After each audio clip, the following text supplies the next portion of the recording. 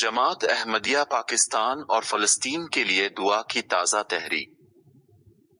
حضرت مرزا مسرور احمد خلیفۃ المسیح الخامس عید اللہ تعالی بی نصر العزیز نے اپنے خطبہ جمعہ فرمودہ 17 جنوری 2025 میں دعاؤں کی تحریک کرتے ہوئے فرمایا: پاکستان کے حالات کے لیے میں دعا کے لیے کہتا رہتا ہوں، اس میں بعض دفعہ بہت زیادہ شدت آ جاتی ہے اور انتظامیہ اور حکومت بھی لگتا ہے کہ شدت پسند مولویوں کے ہاتھوں میں کھلونا بنی ہوئی ہے۔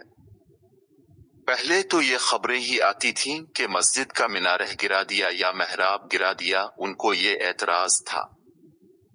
لیکن اب ڈسکا میں کل انہوں نے سڑک بنانے کے بہانے پہلے نوٹس بھیجا کہ اتنی جگہ ہم لیں گے اور وہاں بلڈوزر پھیر کے جگہ صاف کریں گے۔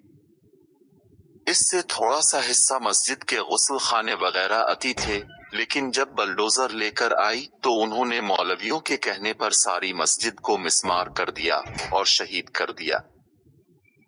یہ مسجد پرانی بنی ہوئی ہے، پارٹیشن سے پہلے کی بنی ہوئی تھی اور حضرت چودھری ظفر اللہ خان صاحب نے شاید بنوائی تھی۔ بہرحال یہ آج کل اب اس حد تک بڑھ گئے۔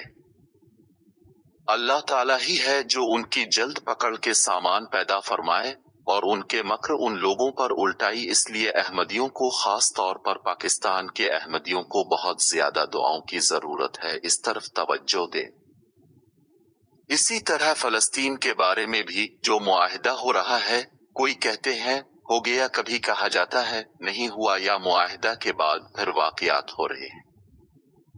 تو اس بات پر بعض لوگ بے جا خوشی کا اظہار کرنے لگ گئے ہیں، لیکن ان کو سمجھنا چاہیے کہ دجیلی طاقتوں کا کوئی اعتبار نہیں ہوتا، یہ کہتے کچھ ہیں کرتے کچھ ہیں۔ اس لیے اتنی زیادہ خوش فہمی کی ضرورت نہیں ہے، ان کے لیے دعاؤں کی بھی ضرورت ہے، اور مسلمانوں کو عقل سے کام لے کر اپنے حق حاصل کرنے کی طرف کوشش بھی کرنی چاہیے۔ اللہ تعالیٰ مسلم قوم کو بھی اس کی عقل دے۔